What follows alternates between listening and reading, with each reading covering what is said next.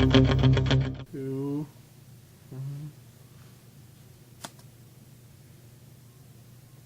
to Eye on the Tigers News. I'm Josh Reardon. Thanks again for joining us for the news we've been following for you. President-elect Donald Trump held his first press conference since being elected earlier today and responded to news yesterday that Russian spies had compromising personal and financial information on him that was intended to be used against him. The CNN report was quickly condemned last night by Trump, who said it was fake news and part of a political witch hunt. Today, Trump shot back saying it's a tremendous blot on their record if they did that. Trump, Vice President-elect Mike Pence, and incoming White House Press Secretary Sean Spicer were defiant as they denounced reports about the incoming president. Trump said the report never should have been released and thanked news organizations that showed restraint.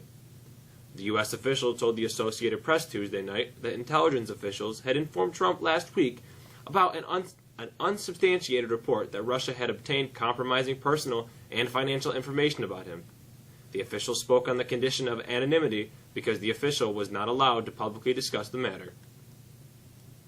President Barack Obama has bid farewell to the nation in an emotional speech that sought to comfort a country on edge over rapid economic changes, persistent security threats, and the election of Donald Trump. Forceful at times and tearful at others, Obama's farewell speech in his hometown of Chicago was a public meditation on the many trials the U.S. faces as Obama takes his exit. For the challenges that are new, Obama offered his vision for how to surmount them, and for the persistent problems that he was unable to overcome. He offered optimism that others eventually will. And that's why I leave this stage tonight even more optimistic about this country than when we started. Because I know our work has not only helped so many Americans, it has inspired so many Americans, especially so many young people out there, to believe that you can make a difference, to hitch your wagon to something bigger than yourselves.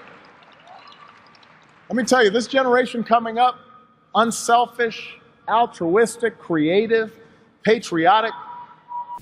Governor Andrew Cuomo wants to create a drug-free school called Recovery High Schools for students battling drug addictions. The new schools, one upstate and one downstate, would serve high school students who have been diagnosed with a substance abuse disorder and are committed to recovery. Cuomo says the schools are necessary because many students in recovery are offered drugs their first day back to school. An unrepentant Dylan Roof was sentenced to death Tuesday for killing 9 black church members during Bible study, the first person to face execution for federal hate crime convictions. A jury deliberated his sentence for about 3 hours, capping a trial in which Roof did not fight for his life or show any remorse. And he threw away one last chance to plead for his life on Tuesday, telling jurors, quote, "I still feel like I had to do it." Every juror looked directly at Roof, age 22, as he spoke for about 5 minutes. A few nodded as he reminded them that they said during jury selection they could fairly weigh the factors of his case. The so-called Ferguson effect, officers backing off policing out of fear that their actions will be questioned after the fact, has been talked about but never really quantified. A new study suggests the effect is a reality, with 3/4 of officers surveyed saying they are hesitant to use force, even when appropriate, and are less willing to stop and question suspicious people. The nonpartisan Pew Research Center questioned at least 8,000 officers from departments with at least 100 officers between May 19th and August 14th last year, most of it ahead of the fatal shootings of 5 officers in Dallas and 3 officers in Baton Rouge. A Houston area man says sheriff deputies conducted faulty field tests on cat litter they found in his vehicle. They believed this was methamphetamine. Ross LeBeau was charged with possession of a controlled substance following the December 5th traffic stop, but court documents show the case was dismissed last week because the material was not an illicit substance. Nothing illicit about our weather today, as the skies cleared and we saw quite a bit of sun with much warmer temperatures. Here's Abby with the forecast.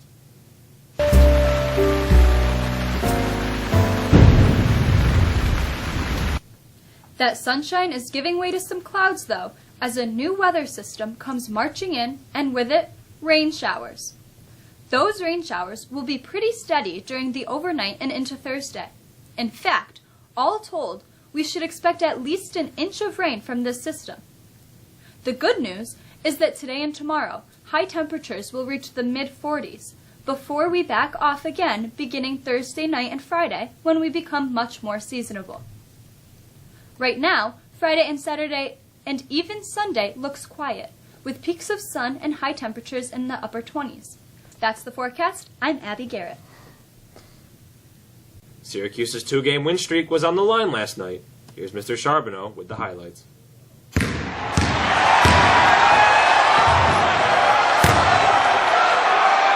The Syracuse Orange could not keep it going last night as the team dropped yet another road game, this time at Virginia Tech. Looking sluggish early, the Orange was down as many as 12 points in the first half before making a slight rally just before halftime, but before losing 73-63.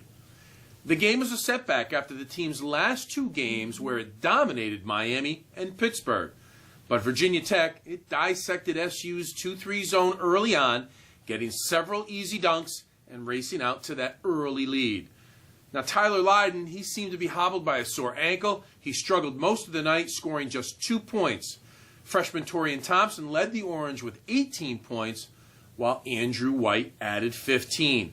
Now, the Orange are back at it on Saturday when they host Boston College, a team that dismantled Syracuse to start the ACC schedule.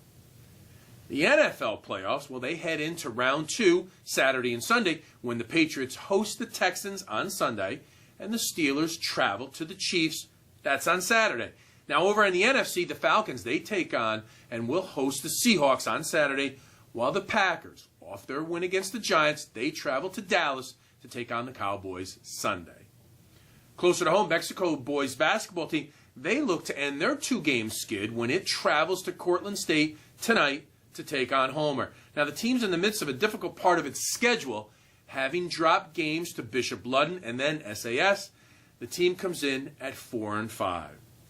Mexico Wrestling, well, they host Cortland tonight here in Mexico, with JV matches beginning at 6. Now, the Tigers come in at 1-0 for their league record. That's a real quick look at sports. I'm Michael, and we hope you have a great day. That's it for us today. Thanks for being with us. We'll see you again tomorrow. I'm Josh.